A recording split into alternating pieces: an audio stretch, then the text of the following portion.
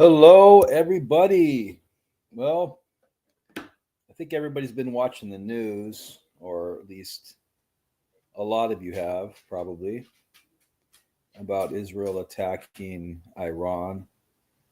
And Iran's talking about striking back. Of course, they're probably trying to save face or whatever, but they're trying to, they're talking about attacking Israel or the United States or both.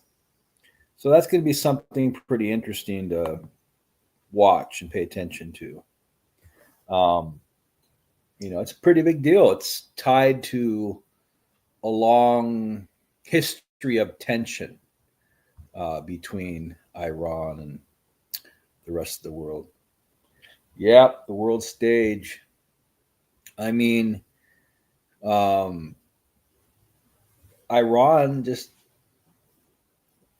it has a lot of nuclear ambitions, right? And a web of conflicts with groups like Hamas and Hezbollah and the Houthis. And, you know, people don't really realize how Iran's regime came to power and why it's considered to be a terrorist state and how it became Israel's enemy and why nuclear programs are kind of a global concern, right?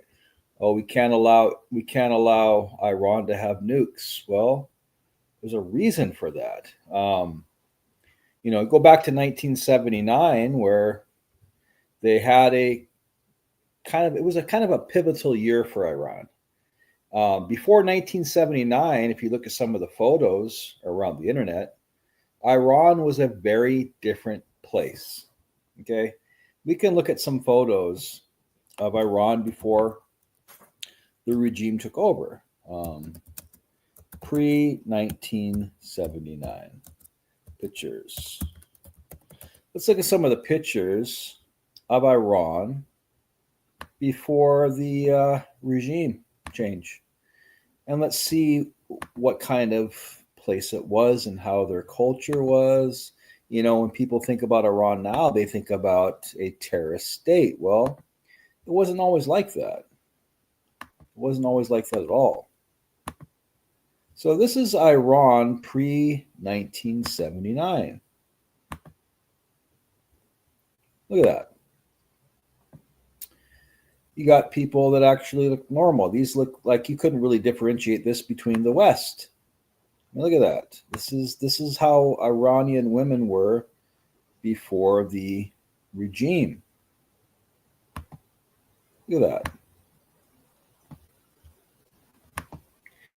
They look pretty free. They're not dressed from head to toe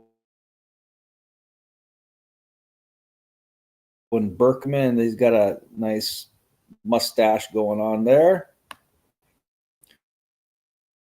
Got a bicycle, right? These are pictures of Iran before the drastic regime change in 1979. Pretty striking. Pretty striking. Well, my computer's taking a little time here. My internet's slow. Look at that. Look at that. Looks like 1960s in America. I mean, looks like the Bee Gees or something, right? Look at that. See that? That's pretty lax in attire, I would say. Look at that.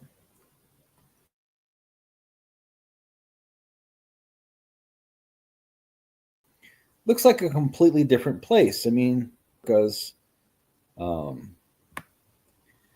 they look like they're pretty modern and consider, man,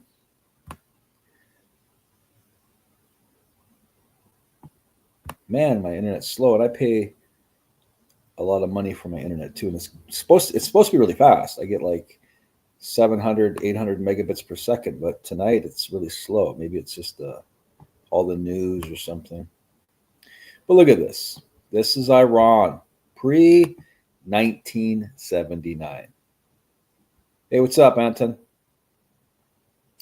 So pre 1979, Iran was very different. They had I think, a president called Shah Mohammad Reza Pahlavi, and Iran was more of a modern, pro-Western, and pretty relaxed place, like the photos show. Right? Women in mini skirts, men in bell bottoms, people driving cool cars, and it was pretty vibrant. It was a cosmopolitan culture. And back then, Iran was an ally of the United States, and believe it or not, even had friendly ties with Israel. Okay, it wasn't perfect over there, but it's definitely a far cry from what we know today about Iran. Then what happened? Then you had the Islamic Revolution, and that's kind of what we see today as a byproduct of it. The the Shah's rule wasn't without problems. Okay, there was corruption in it. There was inequality, repression of political opponents. But by the late 1970s, a mix of groups. You had students, you had intellectuals, and religious leaders. People got fed up. And because of this, Ayatollah, the regime leader, led the charge. He was a cleric, very charismatic cleric who'd been exiled for criticizing the Shah. Okay, the Shah was the leader at this time, but the place was pretty westernized. And Ayatollah uh, Khomeini was a cleric who'd been exiled by the current Iran leadership for criticizing the Shah. And so from abroad, he was gathering Iranian support and basically letting them know that they would have promises of justice and Islamic governance. Okay, because the people were tired of the corruption and the inequality and the repression and stuff.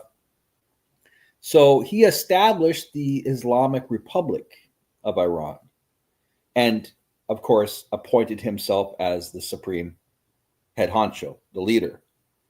And that was a position that had ultimate power, even above, like you would say, elected officials like the president.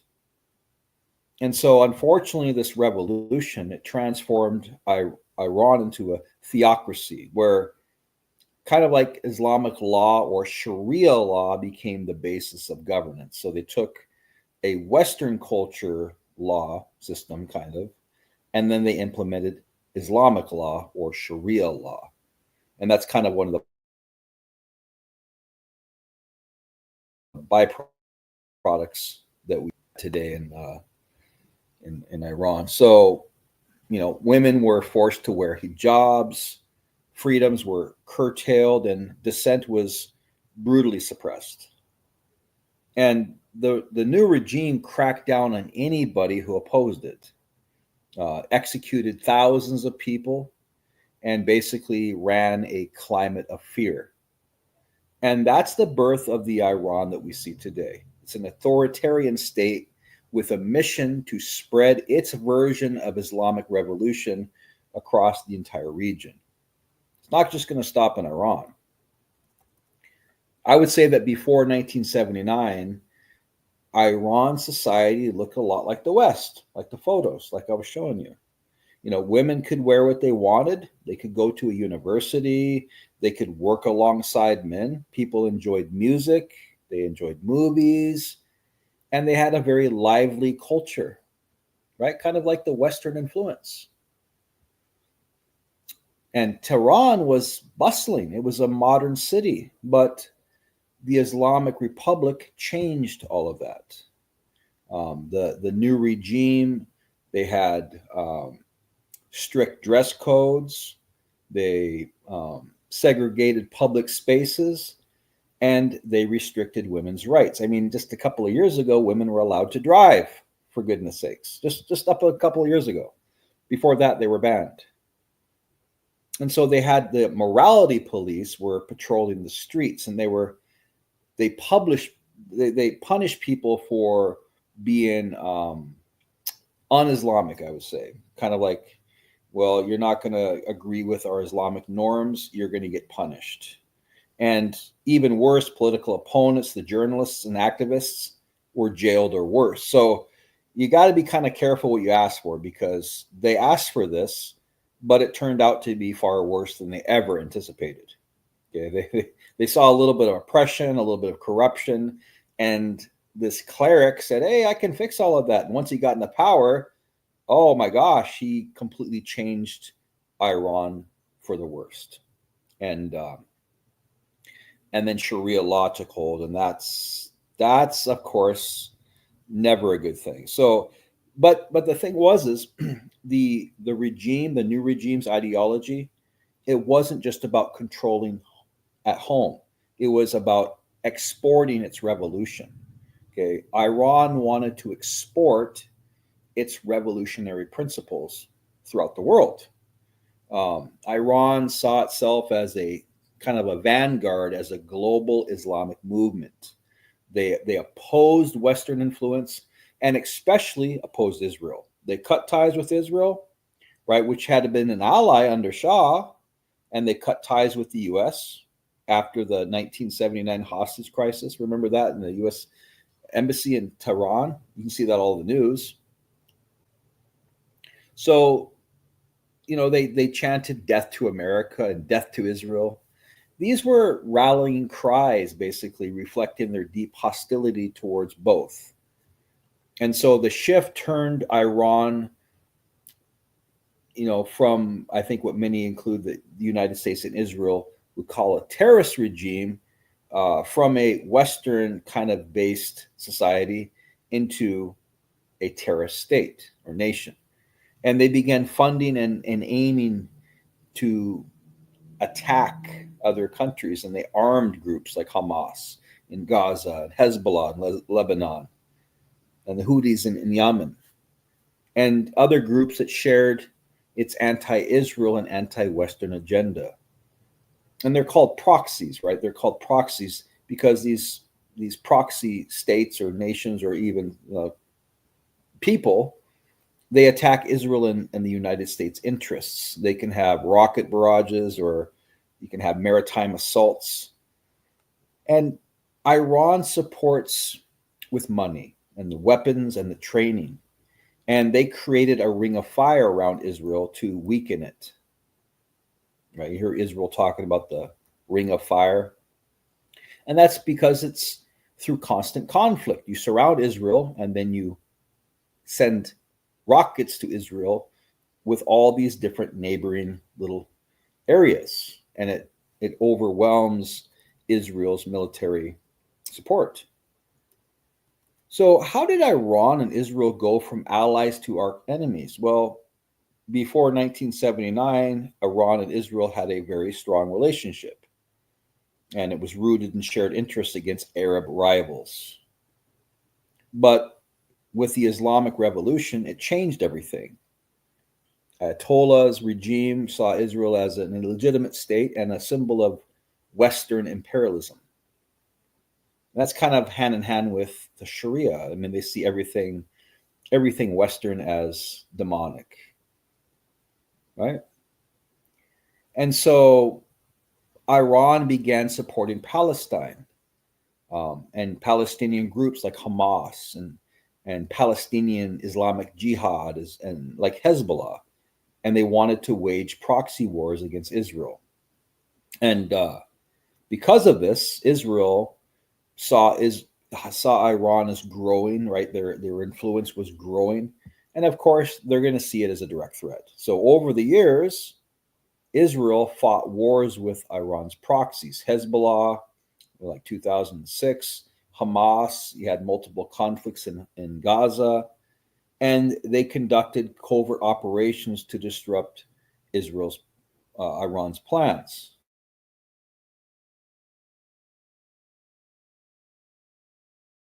That Israel was widely believed to be behind the Stuxnet cyber attack in 2010, which damaged Iran's nuclear facilities, and the assassination of the nuclear scientist. I don't remember his name, but one of the nuclear scientists in 2020, he was assassinated. And so Iran retaliated with missile strikes, like in the one in October, I think it's 2024, and then again aiming proxies to strike Israel. And so this hatred basically deepened. Iran's nuclear program advanced, and Israel views a nuclear armed Iran as a threat, obviously. So do we, because Iran could use a bomb to destroy Israel or give its proxies the ability to use a nuclear weapon, kind of like a nuclear umbrella, basically. And so Israel's kind of had a very aggressive stance because you're a tiny little nation surrounded by countries that want to kill you, proxy countries. And so today they had an airstrike which targeted Iran's nuclear facilities. So when we look at Iran's nuclear program, because I've studied it, that's kind of the heart of what the attack was today. Iran will say, oh, no, our nuclear program is for peaceful purposes. Like, we want to generate electricity, right? That's what they say, right? Like the United States. United States has nuclear reactors for generating electricity, but the United States, Israel, and much of the world don't buy it, okay? Because Iran has been enriching uranium, which is the process that increases the concentration of uranium. There's an uranium 235 isotope that's needed for nuclear reactions. And for power, for like civilian power, uranium needs to be enriched to about 3 to 5%. Okay. That's what the enrichment is for a civilian power plant. 3 to 5% enriched uranium. But for a nuclear weapon, the uranium needs to be enriched to about 90%. Okay, that's a big, big difference.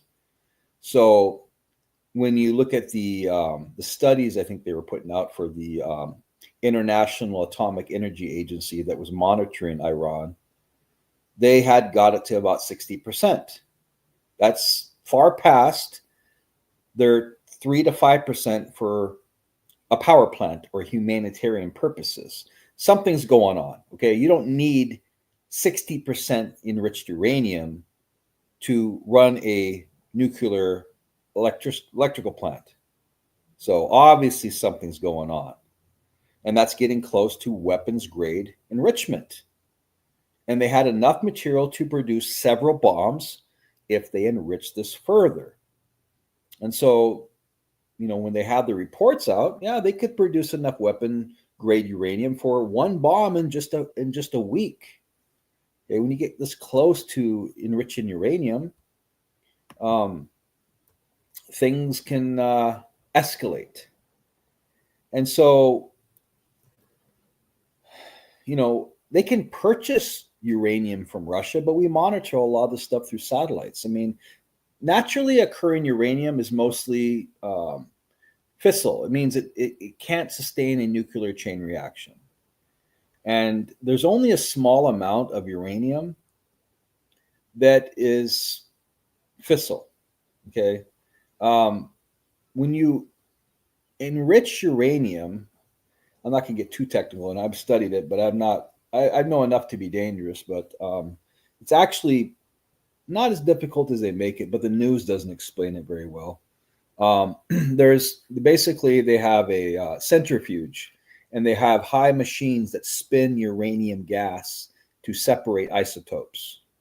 Okay, that's what they do. That's why they have the centrifuges, and a lot of this takes a lot of time. It's very complex.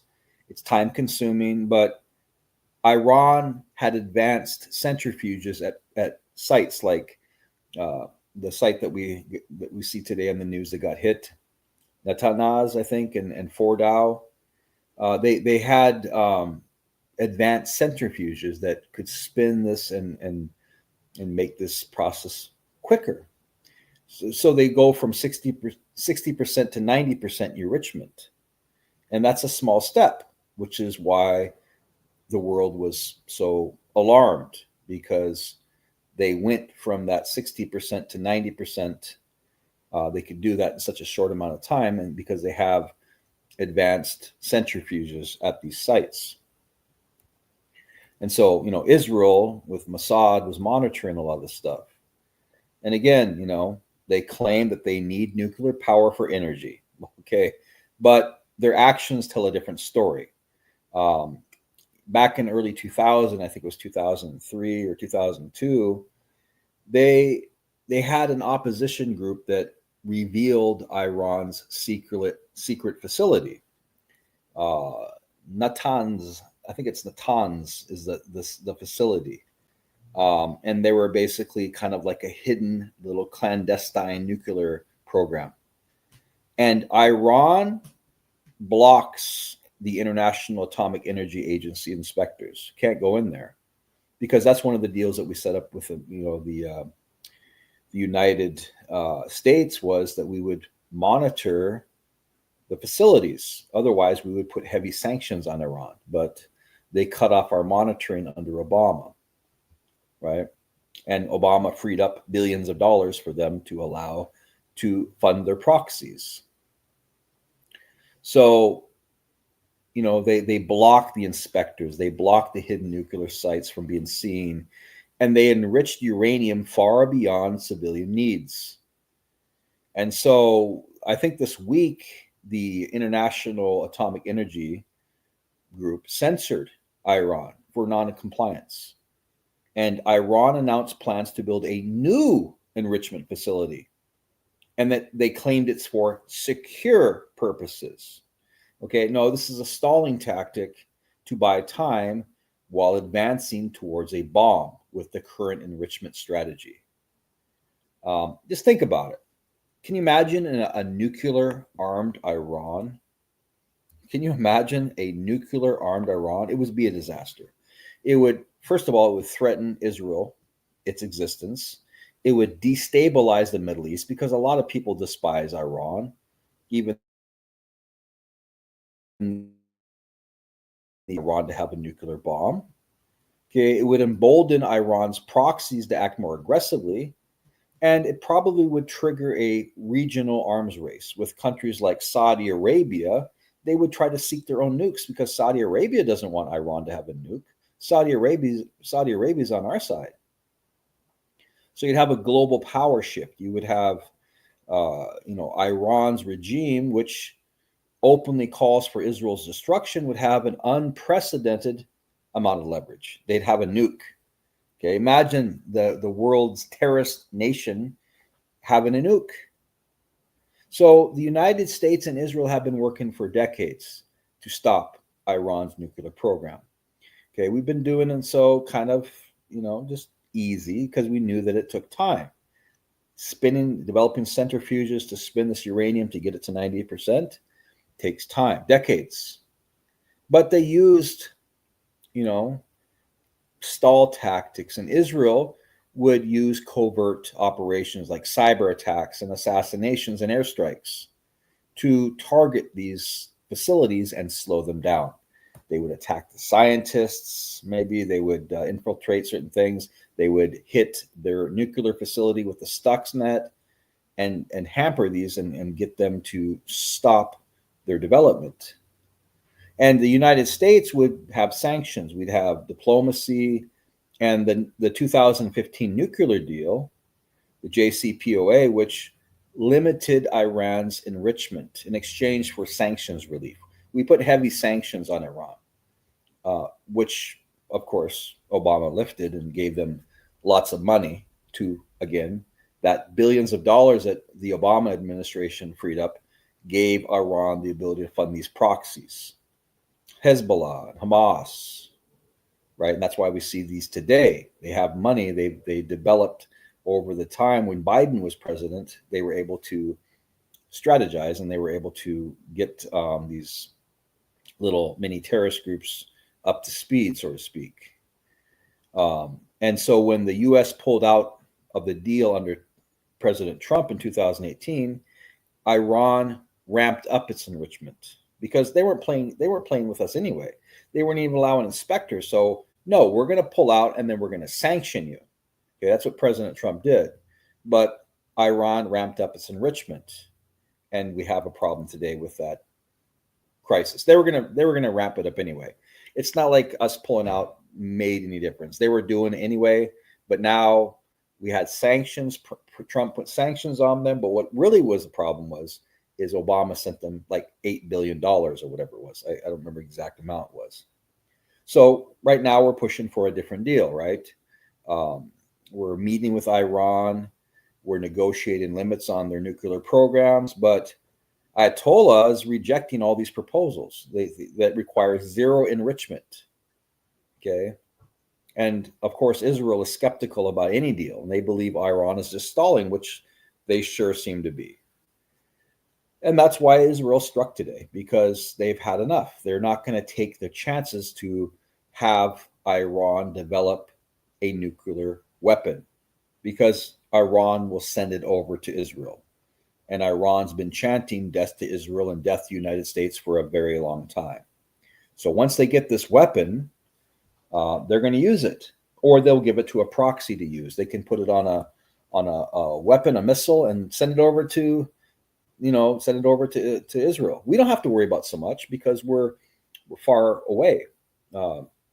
Europe has to worry more than we do, but eventually, what's to say that that bomb doesn't wind up in a suitcase nuke or something and sent over to New York? You have to stop Iran. They host all of these terrorist organizations. So you can't allow Iran to have a nuke. You just can't. I mean, it doesn't sound fair. Oh, well, we have nukes and Israel has nukes, so why can't Iran have a nuke? Because Iran is hell bent on destroying the United States and Israel. That's why. We have nukes. We're not sending them over anywhere. We don't want to use them. But with power, we have to have strength. And strength is something that causes peace. When you're powerful and you have this weaponry, you hope to God you don't have to use it. And most people don't want to attack you because they know that you'll nuke them. So it's kind of like a mutually assured destruction in a way, kind of like the Soviet Union and the United States. Nobody wants to attack each other. Kind of like that Sting song, I hope the Russians love their children too. It's actually a pretty good song. I hope the Russians love their children too. Basically talking about nuclear war and what it would cause to humanity. And so he's singing, boy, I sure wish the Russians, and I hope the Russians love their children too, like we do. Because Russia can seem pretty cold, sending their soldiers to war in the cold and giving them hardly any ammunition, or when they run out, they just stick them out there. I mean, those guys are brutal. Russia's brutal,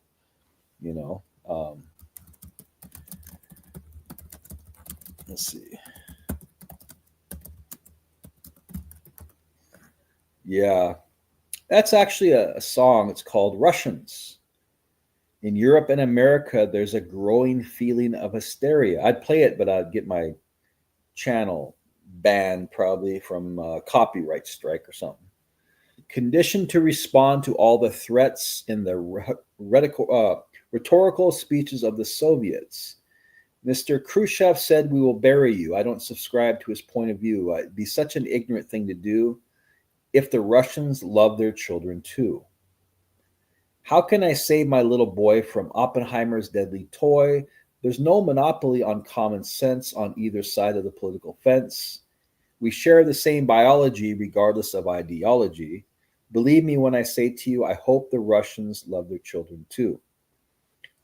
Same kind of thing now with the Iranians, but the Iranians don't seem to love their children. That's the problem. They just want, the end of the world because Allah is going to grant them their virgins in heaven. That's the thing with the Sharia law.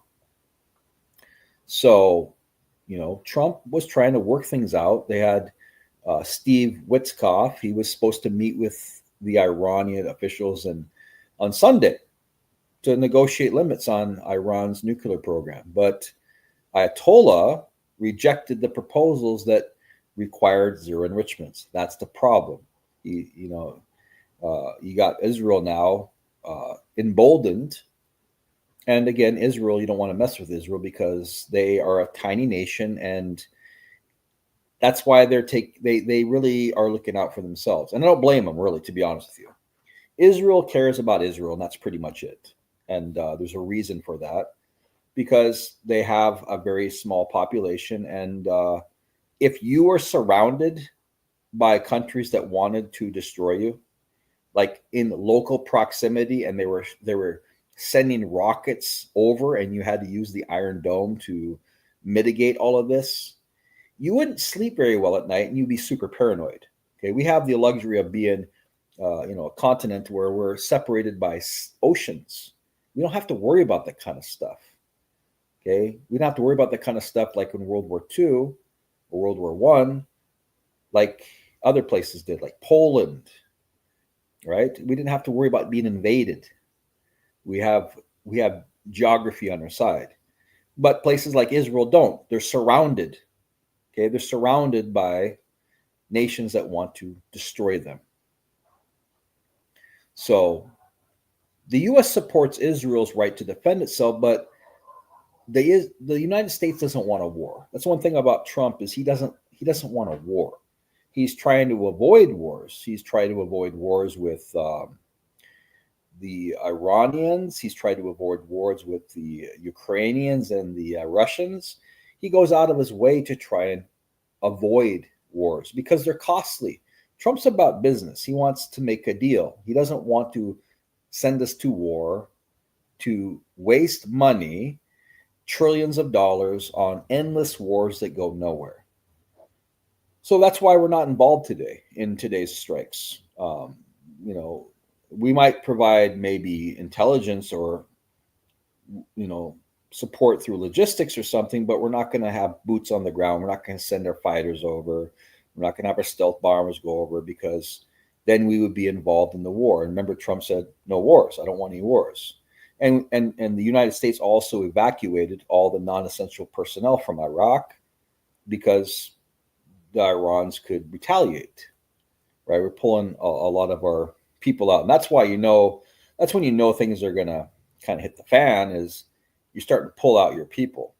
Okay, but what a lot of people don't realize is many Iranians hate the regime. Okay, despite the crackdowns, the protests, they erupt and they're on a regular basis. Like in the 2022 uprising after the exactly that person's name, but the police killed this individual. And so they protested, but it's kind of like they want freedom, they want democracy, and they want to return to the open society they had before 1979. And some even risked their lives to spy for Israel's Mossad. Provide, I wouldn't doubt that today's attack had a lot to do with internal Iranian defectors that probably gave this critical intelligence on Iran's nuclear program and where certain people lived, right? Certain people lived, hey, if you see this person coming, let me know. And then we're going to have an airstrike, right? Because these were on these apartments. Um, so I think the intelligence is part of why Israel strikes like today's are so precise. Iran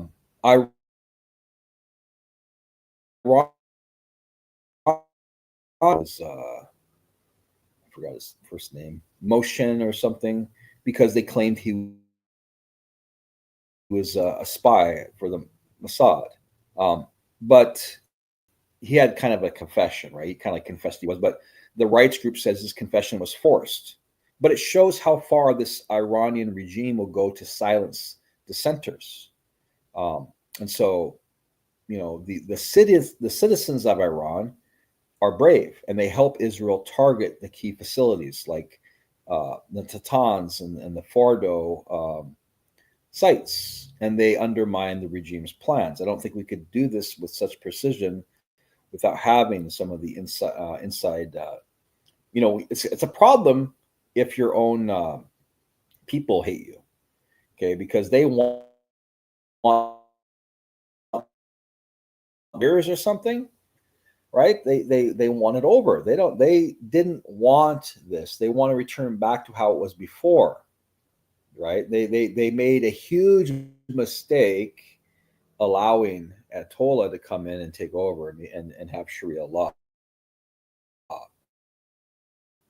So, today Israel attacked the nuclear facilities through an airstrike, and they probably targeted Natanz and Fardo. These are the centrifuge locations that had sped up the enrichment of uranium.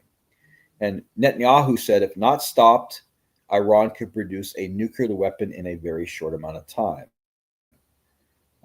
And I think the head of the Iran's Islamic Revolutionary Guard Corps was probably killed, and some other ones were probably killed, but we're still having the details worked out. And again, these come after months of tensions that are escalating. Israel decimated Iran's proxies, Hamas and Hezbollah, right? And they bombed Iran's air defenses last year. And that left Iran vulnerable.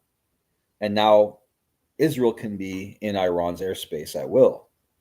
And so, Iran's stockpile of 60% enriched uranium was growing, now enough for multiple bombs, and Israel saw a window to act. And so the strikes aim to delay Iran's nuclear program, but experts say, it's going to set it back. It's not going to stop it. So there's going to be several coordinated attacks.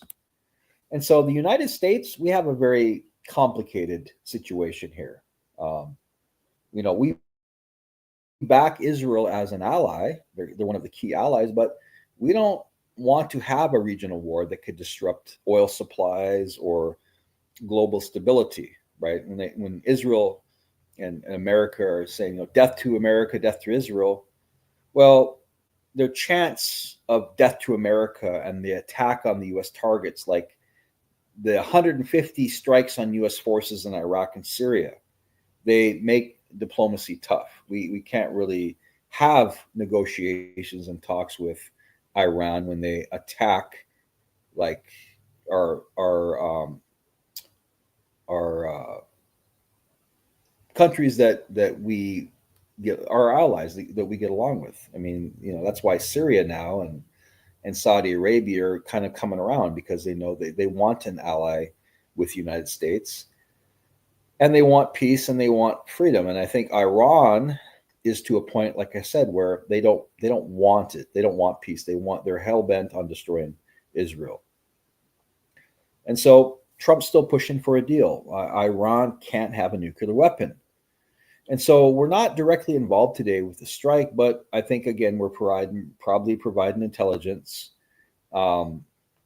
kind of under the radar. We don't want Iran to know for a fact that we're involved, because then probably any negotiations will be off the table. And again, Iran can't have a nuclear weapon because they openly call for our destruction and Israel's destruction. Israel is the little Satan, we're the big Satan. And I saw on the news today where Netanyahu quoted the Bible. He said, well, just like the Bible says, when they plan to strike you, strike first. That's not in the Bible. I think that's in the Talmud. So I don't know why he said that. That kind of struck me as odd. I don't remember any Bible verse saying that. And he said Bible, which that's in the Talmud. But anyway, a nuclear bomb would give Iran the power to act on it or threaten. Okay, we'll send a nuke over if you don't do this. Can you imagine Iran have a nuke? All the threats or the blackmail? They blackmail the region. And again, they support Hamas. They support Hezbollah and the Houthis. And it shows the willingness to destabilize the Middle East. And so a nuclear umbrella would make these groups bolder. We have a nuclear weapon, okay? They could destroy Israel, okay? And a nuclear Iran could spark an arms race, like I said, with Saudi Arabia. They're going to want a nuke. Are you kidding me? And other places to get their own bombs. The only reason Saudi Arabia doesn't have a nuke is because we're their ally. We have been for a long time. And we defend Saudi Arabia. We sell them jets, fighter jets. We sell them lots of stuff, and we protect Saudi Arabia, basically. But we're kind of in a mutual agreement that Iran's not going to have nukes. They're not going to have this enriched uranium. So Iran's oppression of its own people, when they execute people and they crush, the people that protest, it proves they can't even be trusted with a dangerous weapon. They can't even be trusted with democracy because they have none. And so today's strikes are Israel's attempt to stop this nightmare. But the fight's not over. The leaders of Iran are defiant, and they're going to rebuild and retaliate. They said, we're going to strike back. We're going to strike back on Israel. Well, we'll see what happens, because we'll see what happens after a couple of days when Israel hits them even harder. But the world's watching right now. It's watching whether diplomacy is going to be something that takes effect or war comes next. It's going to be very, very interesting. So you got to just kind of say your prayers, and hopefully Iran can get back to 1979. Man, the trade that we would have, and with the Middle East, and also the neighboring countries would see Iran's progress, and they probably would start maybe ditching their current belief systems, and maybe start adopting but that's going to be only possible if the regime gets overthrown, and they're going to fight like hell to keep it. Okay, they're in power, and the overthrowing of the regime would be something so dramatic. It's going to take a lot of people over in Iran are waiting, they're watching, they're cheering Israel. They're cheering Israel on. I've been reading some of the articles, and a lot of people, most of the people, I would say, over in Iran are in favor of the regime collapsing. But I mean, they're under oppression. You have dissenters, anyway that goes against the regime, they execute you and throw you into prison. So you can't really say much. So they're trying to eliminate this regime, and then they can maybe restore it back to pre-1979. So we weaken the proxies. Their air defenses are down right now, so Israel is all over their airspace. Okay, and their people are restless right now. They don't know what's going to happen. Can you imagine having another country in your country, and they're bombing your nuclear facilities? And we're threading a needle, basically. We're threading a needle with diplomacy, but time is running out with all this stuff, because what are we going to do? We defend Israel. What happens if Iran attacks Israel? That's going to be really a bad one. Okay, let's say Iran sends something over to Israel and hits them hard. Boy, what are we going to do? Are we going to be? I don't think Trump will get into a war. But you got to think about this. You got to think about how catastrophic that would be, and what kind of signal it would send to our other allies if we let Israel go under the bus. Israel's kind of, like I said, they're kind of a loose cannon. They're kind of a problem. They're a nightmare for us in reality. In reality, they're a nightmare for us, and we have to defend them because the Bible says to defend them. Well, like I said, I think a lot of the Bible is bullocks anyway, but Israel doesn't care about us. They don't care about the Christian belief. They think that Christianity is a fraud and also satanic. They don't even like Jesus. They think Jesus is a fraud and a phony, and they spit on him. So, it's kind of an abusive, one-sided relationship. We do everything we possibly can to take care of Israel and coddle them and give them lots of money. And Israel just uses us, and they use us with impunity, and they don't care about the United States other than what we can provide for them. If they had another benefactor that would be more, that would give them more money and have a better deterrent, have more ways to supply them with munitions, I really don't think Israel would give us a second look. They would go to this other ally and become their best BFF, right? That's the only reason Israel is our ally, is because we provide them with a lot of security. Without us, Israel would be flat as a pancake right now. That's a fact.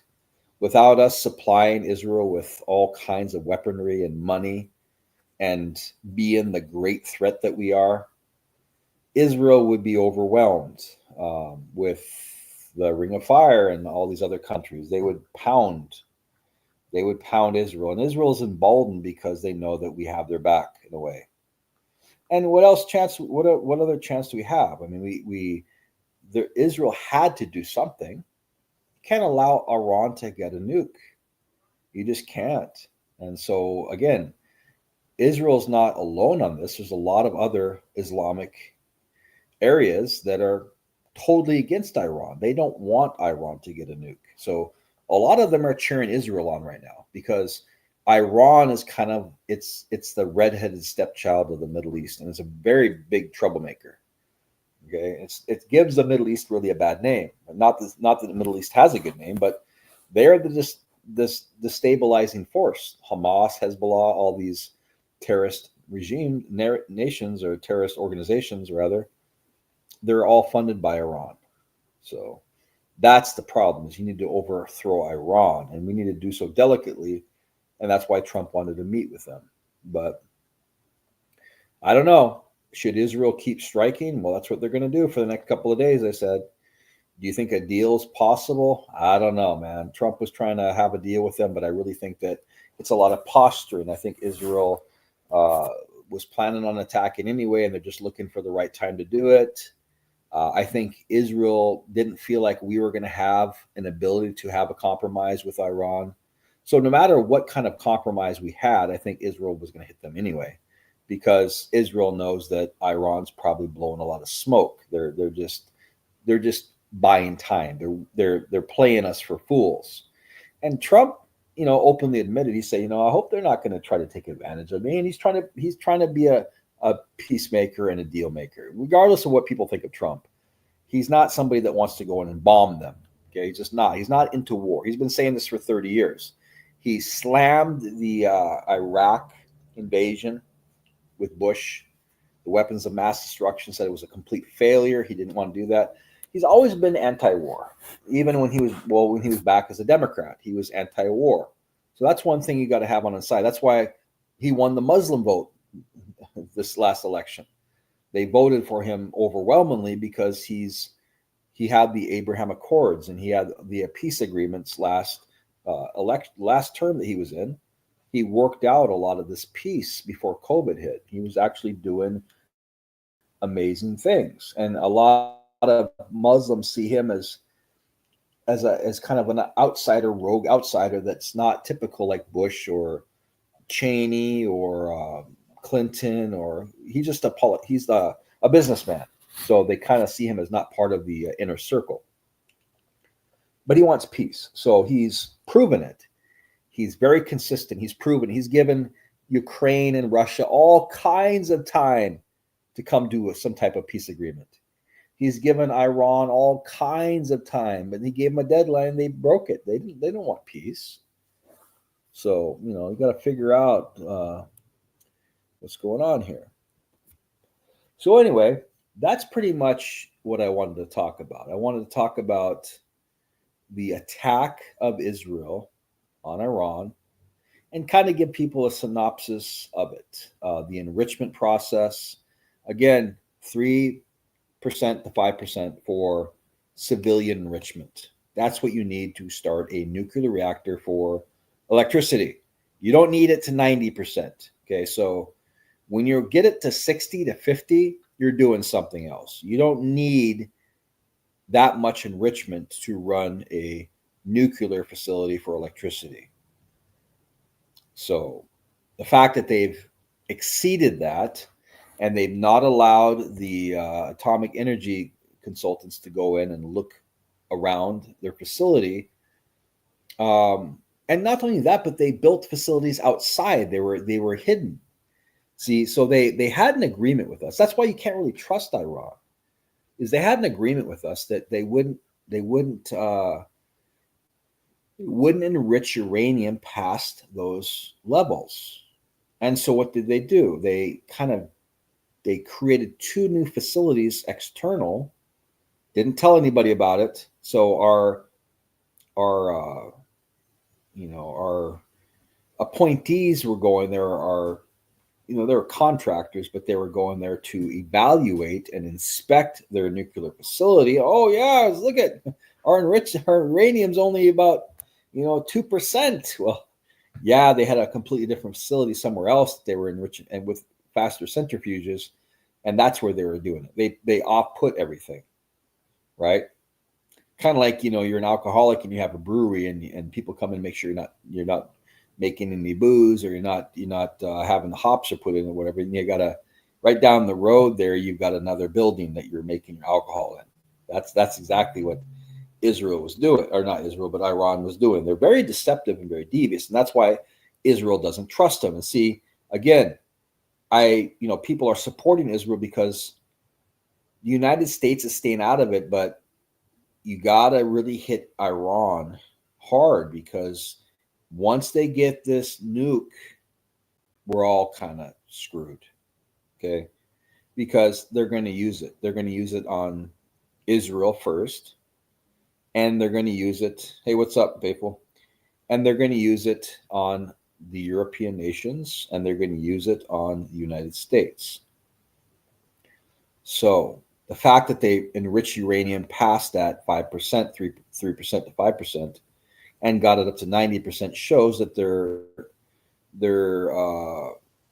statements of enriching uranium to a discernible level for civilian purposes is a lie.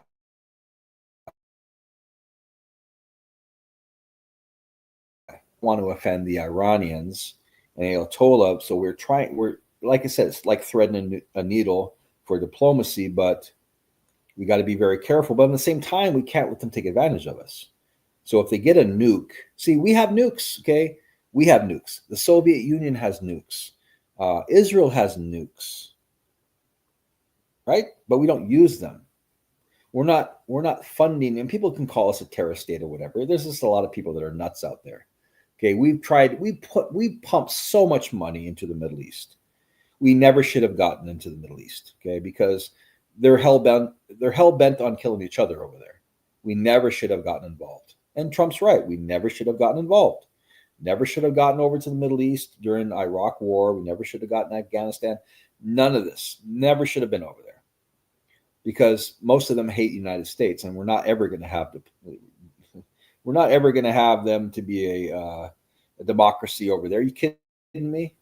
Okay, completely different belief systems. So Israel is pretty much the only place that we can, and Saudi Arabia. But Saudi Arabia you can't open up a church in Saudi Arabia. So we, kind of like, they're a big oil exporter, and they control the oil prices, right? We work with them. It's to our benefit that Saudi Arabia is our friend, and we have been for a long time. And that's just the way we have to do business, unfortunately. Yeah, with Iran, I remember with who was that guy? Mohammed, what's the president's name? I forgot, years ago. Muhammad, I forgot his name. They're all Muhammad. They're all called Muhammad. This guy's name was Muhammad something. He was like, we don't have any gays. We don't have any gays. They asked about, well, how do you guys treat the gays over there in Iran? He goes, we have no gays. I thought that was funny. Muhammad, man, I can't remember his name. Let me look up his name. They're all so similar in name. I can't remember. Let's see. Iran president. We have no gays. That was Mohammed Ahmadinejad. Oh, Mahmoud Ahmadinejad. Okay, not Muhammad. It was Mahmoud Ahmadinejad. And that's in Iran. We don't have homosexuals like your country. That's what he said. He was met with laughter and boos. So they said, what about the gays or we don't have homosexuals like you guys do in your country. Well, yeah, because they throw them off of buildings, they execute them. So, but anyway, this is Iran. This is Iran back in the time of normalcy before 1979. Look at that. You would never imagine that to be Iran. Look at that. Look at the women. They look white. They look like American,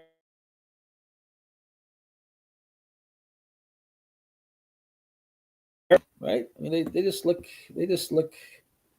like totally westernized. Look at that. Out rowing their little pedal boats, right? Look at the women over there. You think the women can dress like that now? No. Or is the society over there better now that they've restricted this kind of dress code and have adopted Sharia law with burqas? No, they're not. They could be even more advanced than us. Who knows? By that 46 years ago, they were a pretty bustling place, right? Universities were sprawling. They had all kinds of progress. Look at that. Ski slopes. I mean, you know, dramatic. I mean, today at 1979, go shopping in the mall. Look at that. Kids, there's no hijab on her, no burqa, and they're out like it's kind of like the United States, right? There's got headscarves on. A mother shopping for her young son in the children's section of a Tehran department store in 1971. Um, Pretty amazing to see the contrast between a Iranian in pre 1979 and an Iranian today. Let me pull up what Iranians look like today. Let's look at Iranian women today.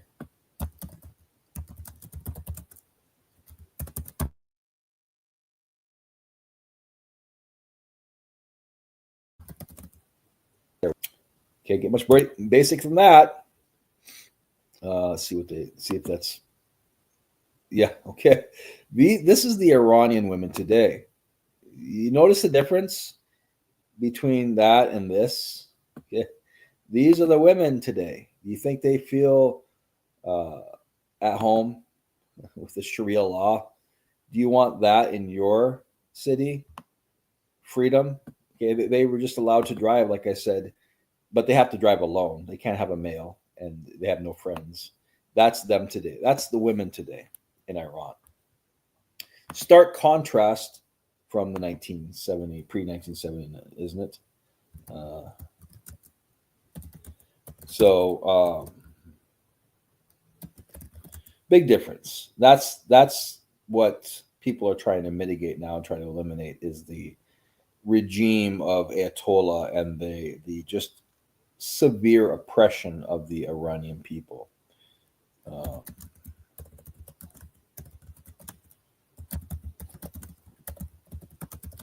uh, but we never should have been over in the Middle East anyway. We should have let them go and just kind of like sat back because they're going to do what they got to do.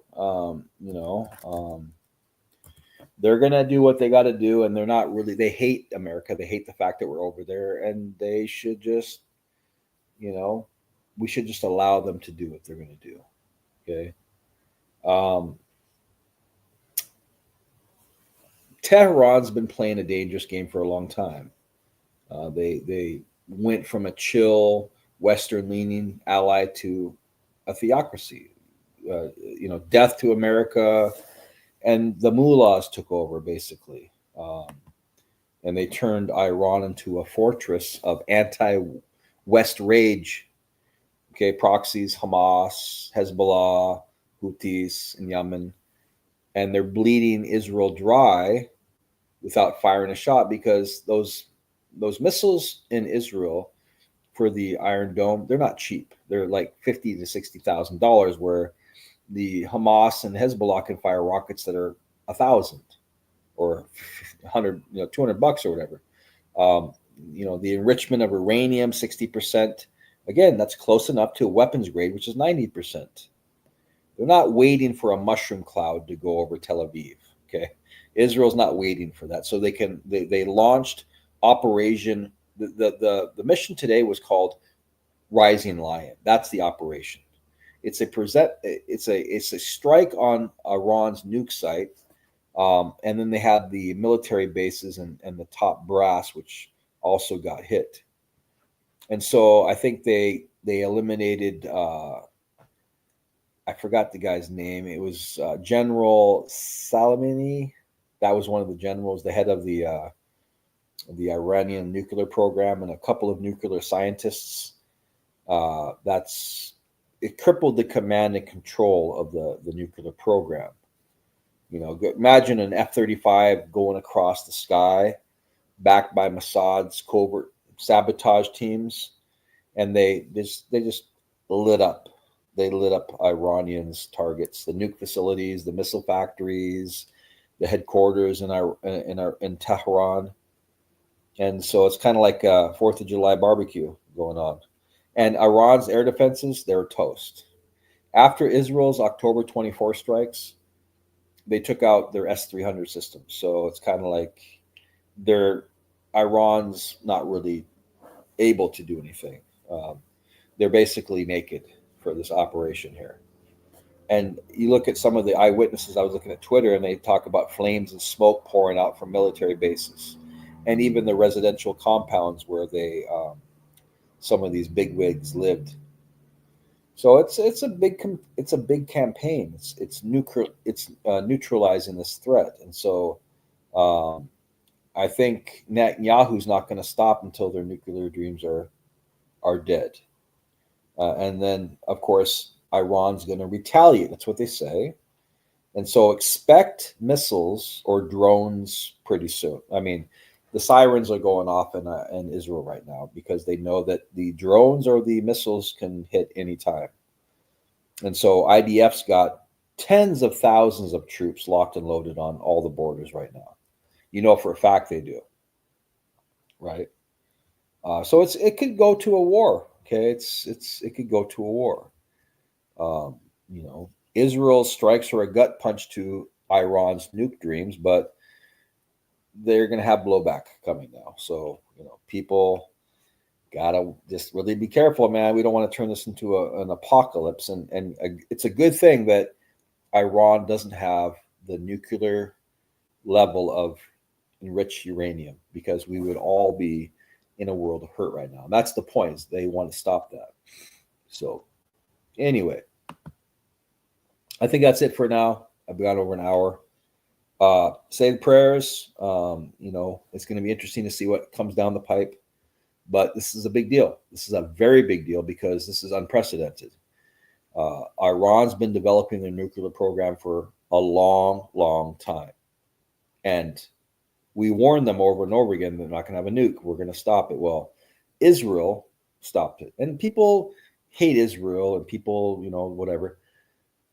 And they support Palestine. I mean, I don't care. I don't like get in the middle of it. Like, I don't get in the middle of the Palestinian-Israeli conflict, really. I don't take sides necessarily. I don't like Israel at all, really. And I don't like Palestine at all. I just don't like them either. I don't like either of them. So to me, if it wouldn't affect the United States, I just let them battle each other out and destroy Israel, I guess, if that's what happens. I mean, that's kind of like, that's just the way things go. But obviously, if that happens and then Iran gets in power, then we're talking about a whole different ballgame. So this is really conflicting to me. Like, I really don't care about Israel. I'm not the defender of Israel that other people are. I just see them as too leveraged, and they're too corrupted, and they want what's best for Israel. You can't blame them, though. Okay, you can't blame them, but I just don't trust Israel. I just don't. They're in it for their own necks. They're going to save their own necks, and they don't care about us. They care about our money. They care about our military. That's it. They don't care about Christianity. You kidding me? They think we're all just going, we just have an abomination, which we do. Yeah, it's interesting times. Thanks, Anton. Nice having you pop on, my friend. Yep, we'll see you next time. I'm going to have more. The channel's not going to be so much on Christianity necessarily. It's going to talk about things that are biblically related and news or whatever. But I like talking about Christianity. It's just that it's not going to be like, I'm going to be looking at different things. It's going to be looking at just things with an objective lens, not dismissing Christianity because I think it has a lot of good elements to it, but I'm seeking truth. So I'm going to look at different things. I'm going to look at Catholicism, maybe Eastern Orthodox, just different things within Christianity that might be interesting and might be um, beneficial to people. I know some people dig their heels into the ground and they don't want to change. That's fine. I mean, that's their deal. But with me, I want truth, and I just see Christianity having too many problems for it to be God inspired by God and hand delivered by God. I think the teachings of Christ, you could make the argument that those are, and I have no problem with that because I think they're beneficial. But a lot of the other stuff in the Bible to me is just wacky, and it doesn't really matter anyway. It's not going to change your life. So that's kind of stance that I take. I think if people focus more on the teachings of Jesus, we would be far better off because we would have all these debates all the time. All these debates all the time that Christianity has become. It's become a debate religion. You know, follow the teachings of Jesus. That's what they did. Jesus and the apostles walked as the way. They didn't have a Bible. They weren't clinging to the King James. Thou shalt read from the King James. This is God's word. They didn't have a Bible. They just had teachings and beliefs, right? And I think that's what people need to focus on. People need to focus on that. But why? Why is it such a problem for a lot of people? Well, it's because a lot of people that are in Christianity aren't really serious about following the teachings. They're using it for their own little battering weapon. They use it to try and elevate themselves. Oh, I know more about the Bible than you, or I know Hebrew or Greek. I can parse these words out. I can debate. A lot of people use it for debating. A lot of people use the Bible for their own personal gain. And I just see that as sacrilege, and also one of the reasons why Christianity today is a mess, right? I think people need to look at it as a spiritual book. Don't approach it as a book where you're going to try and argue or try to elevate yourself. Look at it as, hey, I can get spiritually a lot of good out of this book, or I can get a lot of fleshly filled desires filled out of this book. I can entertain myself and read about the flood and read about Revelation and read about all these magical things that spin my head into a knot. But at the end of the day, I'm wasting my time, okay? Because it's never going to benefit me at all. It's never going to benefit you, okay? Kind of like opening a book and you have survival. You are reading a book that's full of great survival skills, right? How to build a fire properly, how to turn a certain tool in your woodshed into this amazing weapon. But in the book, you've got a lot of tales about this guy who went out and did a couple lines of cocaine or peyote, and he did all these different things and talked about his childhood. Okay, he talked about his childhood and how he was a great basketball player, and he actually had a set of pink muckalucks and just silly stuff. And that's in the book that's filled with, um, some really good pointers on survival. Are you going to fill your mind with all of these little stories about how this guy wore pink muckalucks and how he rode around and this and that or whatever? No, you're going to get to the meat of having survival skills. That's what you want to get out of it, right? Well, what you want to get out of the Bible is spiritual fruit. You want to get that knowledge. All the other stuff doesn't matter. If I read this book, I want to get survival skills out of it. I don't care about what he wore or what he did. I want to know about what kind of stuff I can make out of these tools in my woodshed, or how I can set this or that. That's what I want. All the other stuff doesn't matter to me. It's not going to help me survive. Well, same thing with the Bible. All this other stuff's not going to matter to you. It doesn't. It's not going to help you survive spiritually. It's not going to give you anything other than brain rot. It's going to really take up a lot of your time. We're talking 780,000 words or so in the Bible. That's a lot to fill your head with. Going from the Old Testament, from Genesis to Revelation, right? And then all the other little, in the beginning was the Word. And come on, man. Like, really, like, who cares? If Jesus was God, who really cares? To be honest with you, I don't care. I don't believe he was, but that doesn't matter. Like, it shouldn't keep you up at night. Okay. It shouldn't keep you up at night that he's God or God's three persons or whatever. Okay. It shouldn't matter. What matters is your relationship with God. And you get that by following Christ's teachings. That's what I believe. All the other stuff doesn't matter. Like, why are you going to spend the majority of your time? Because the teachings of Christ are very simple. They're very small. They're not going to fill your mind with all of this other nonsense. So why would you pollute your mind with all this other stuff? Like, really, I think can you imagine how much better your spiritual life would be if you focused on the things of Christ and actually focused on those and put them to work? How much more disciplined you would be? You wouldn't have a lot of the stuff when you read the Bible to wrestle with. Oh my gosh, how could God slaughter these children? You wouldn't even think about it because it doesn't matter. It doesn't matter. What matters is love your neighbor as you love yourself, right? All these disciplines that Christ taught. These are things that are going to transform your life. That are proven. But all this other stuff doesn't matter. And I don't want to even hear about it anymore, really, to be honest with you. So anyway, I got off track. But I think tomorrow I'll probably do another live stream. I'll do some more live streaming on the progression of, or the escalation of the Iranian. Right now, Iran launches more than 100 drones towards Israel. So things are going to get real. Things are going to get real in Israel and with this war. Yeah. I'm looking at the news right now. I don't know if you guys are looking at the news. Oh my gosh, I'm looking at parts of the city of Iran, parts of Iran here. It's kind of like broken down. Huh. Yeah, 100 drones towards Israel. This is not going to be good. Israel, is going to hit back. Well, that was quick. That was only like an hour or two.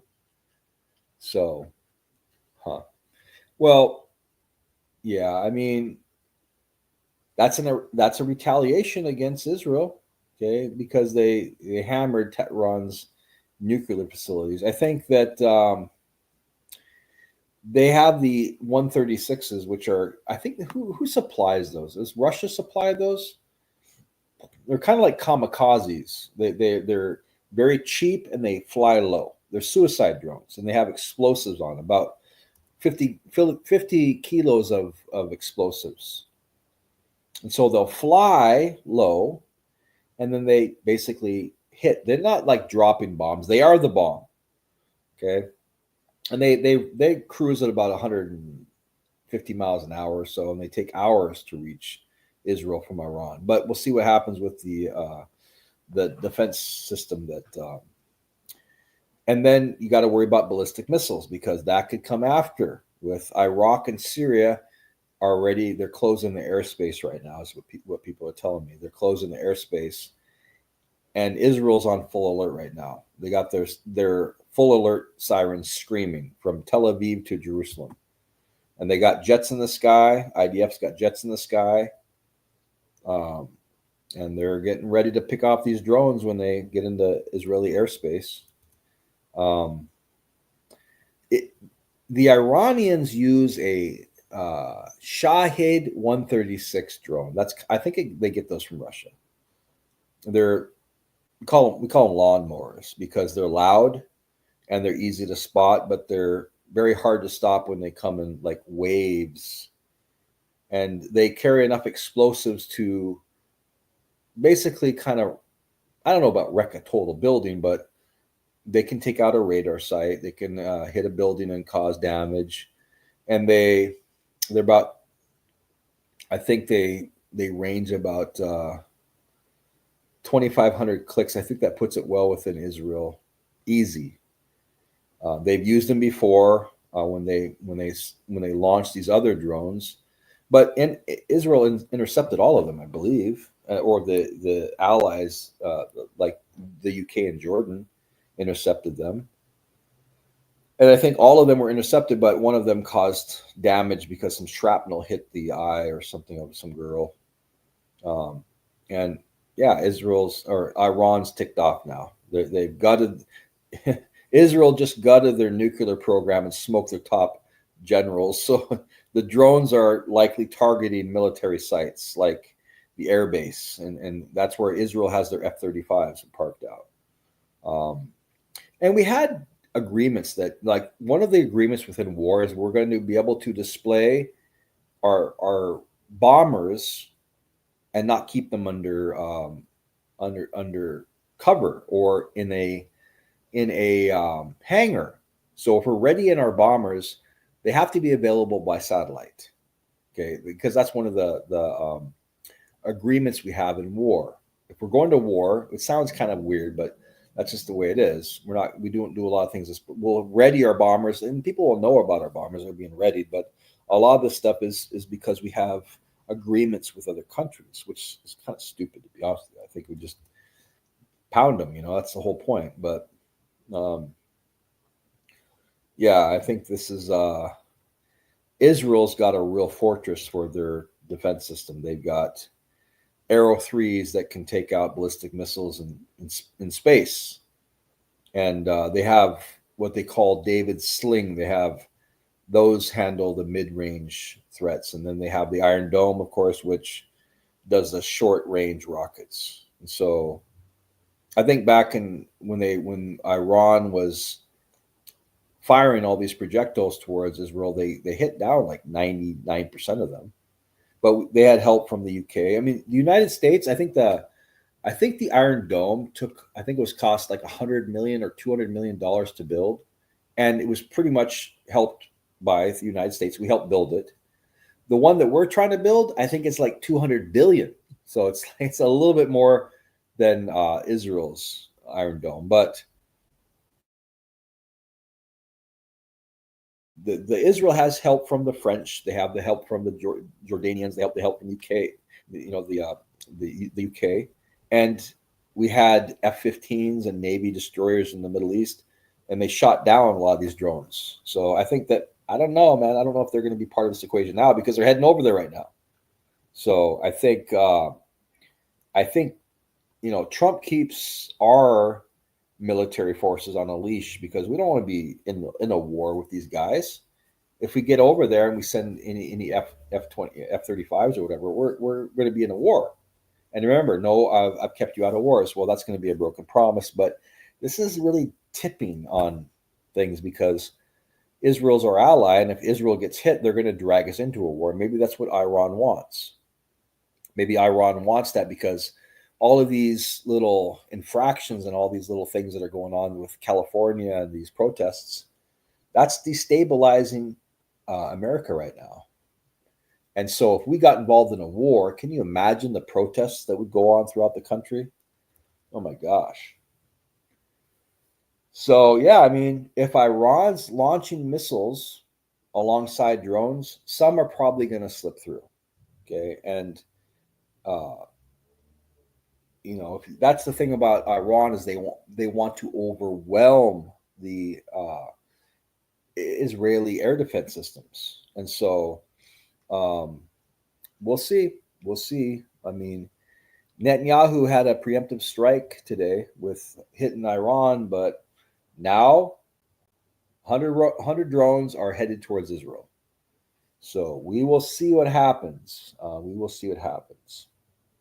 Okay, well, I got to go. That's enough. Thanks for popping on. Tomorrow I'll make another video with some updates and maybe we can have a chat. Good night. God bless. And prayers for the Middle East. I mean, like I said, I don't take sides. I don't like Iran. I don't like Israel either, really. But Iran is despised around the world. Okay, so I'm rooting for Israel in this case because, you know, getting rid of Iran's nuclear program is only going to benefit us. And if Israel takes the blame on it, so be it. Like, we need to stay out of the war, though. We need to stay out of the war. Let Israel take that. We can maybe supply them with munitions or whatever, but we don't need to be in a war with Iran. Okay, we don't. So, good night. God bless. Till next time.